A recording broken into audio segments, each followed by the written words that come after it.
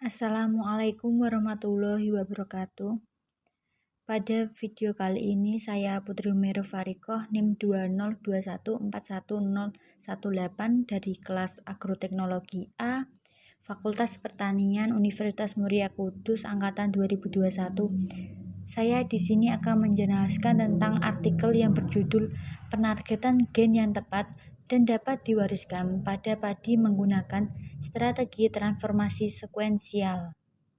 Video kali ini digunakan untuk memenuhi tugas mata kuliah pemuliaan tanaman non-konvensional dengan artikel berjudul Penargetan gen yang tepat dan dapat diwariskan pada beras menggunakan strategi transformasi sekuensial. Penulisnya Wen Xingxiang, Rui Wang, Dali Kong, Jiankang Zhu, Fabio Fornata, Daisuke Mik. Model artikel dibuat pada 23 Januari 2023. Latar belakang penulisan artikel ini adalah penargetan gen GT adalah alat yang ampuh untuk memodifikasi sekuen genomik endogen yang menarik, seperti pergantian sekuen dan knock-in gen. Modifikasi genom spesifik lokasi oleh Engineered Sequence Specific Nuclease (SSNS) adalah alat yang digunakan untuk menghasilkan mutasi yang ditargetkan.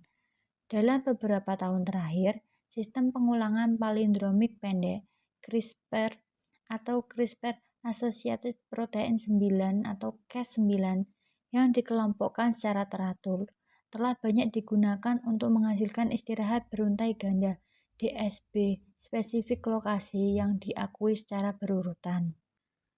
Efisiensi GT sangat rendah di pabrik tingkat tinggi. Engineered Sequence Specific Nuclease (SSNS) Mediate Double Strand Break (DSBS) dapat meningkatkan frekuensi GT. Baru-baru ini dilaporkan pendekatan yang dimediasi CRISPR-Cas9 untuk GT yang dapat diwariskan di arah biodopsis yang disebut strategi transformasi sekuensial untuk pembentukan GT yang efisien melalui metode transformasi sekuensial. Aktivitas Cas9 yang kuat dan DSB yang kuat diperlukan dalam sel tanaman yang terinfeksi agrobakterium yang membawa sgRNA dan DNA donor. Bahan dan metode yang digunakan pada penelitian kali ini adalah menggunakan metode strategi transformasi sekuensial. Kemudian ada bahan yang digunakan, yang pertama bahan tanaman dan transformasi, 2 konstruksi plasmid, yang ketiga analisis DNA, yang keempat analisis RNA. Bahan yang digunakan pada bahan tanaman dan transformasi ada padi Japonica O Sativa cultivar Nippon Bar yang digunakan untuk semua percobaan. Semua tanaman ditanam pada suhu 28 derajat Celcius di tanah dengan fotoperiodis 12 jam terang atau 12 jam gelap di rumah kaca. Transformasi beras yang di dimensi agrobakterium dilakukan seperti yang dilaporkan. Untuk konstruksi plasmid menggunakan urutan pengkodean yang dioptimalkan dari plasmid S-Piogenes Cas9, HSP Cas9, CRISPR Cas9 dilaporkan sebelumnya, dan konstruksi garis induk dihasilkan dengan promotor jagung ubiquitin ZM-UBQ1 dalam vektor biner P-Cambia 1300. Promotor OSU6 digunakan untuk menggerakkan sgRNA seperti yang dilaporkan sebelumnya. Konstruk donor untuk GT dibuat mengikuti prosedur yang analisis DNA. Total DNA diekstraksi dengan menggunakan metode seti-trimetil amonium bromid CTAB dari daun dewasa T0 atau biji T1 berumur 2 minggu. DNA yang diekstraksi digunakan untuk analisis genotip mutan dengan polimorfisme panjang retriksi RFLP dan HiCap PCR. Untuk analisis RFLP dalam garis tetua potensial, wilayah genetik di sekitar situs target sgRNA diamplifikasi oleh PCR, diikuti dengan pencernaan enzim retriksi SPEL. Polimorfisme dideteksi dengan elektroforesis gel agarosa. Produk PCR tanpa restriksi enzim pencernaan diurutkan untuk menentukan mutasi. DNA hasil ekstraksi dideskripsi dengan enzim restriksi SPEL, diikuti oleh HIP-PCR untuk analisis HICAP PCR. Southern blotting dilakukan sesuai protokol yang dipublikasikan. Secara singkat, DNA 2mg yang diekstraksi dicerna semalaman dengan enzim restriksi yang dipilih. Kemudian dipisahkan pada gel agarosa 1,2%, divisualisasikan oleh perangkat lunak lab gambar dan gel doc QR Biorat, dan kemudian dipindahkan ke membran nilon GE kesehatan. Probe diberi label dengan 32P ADCTP dengan menggunakan kit pelabelan DNA primer acak Takara. Sinyal hibridasi dideteksi dengan pencitra fosfor Fuji. Analisis RNA. Total RNA diekstraksi dari jaringan kalus dengan menggunakan minikit RNA-seq Kiagen dan ditranskripsi balik oleh transkripsi 2 transgen biotech dengan primer oligo DT. 1 mikroliter produk RT digunakan sebagai template untuk QRT-PCR. Kuantifikasi dan analisis statistik. Rasio mutasi pada garis induk ditentukan oleh HICAP-PCR. Nilai ekspresi K9 relatif dihitung dari OS-ACT1. Bila kesehatan menunjukkan SD untuk N sama dengan 3 ulangan eksperimental. Eksperimen OS-ROS1A relatif dari OS-ACT1 ditentukan di pabrik T1. OS-ROS-S1A GFP oleh HIRT-PCR. Bila kesalahan menunjukkan SD untuk N sama dengan 4 ulangan eksperimental.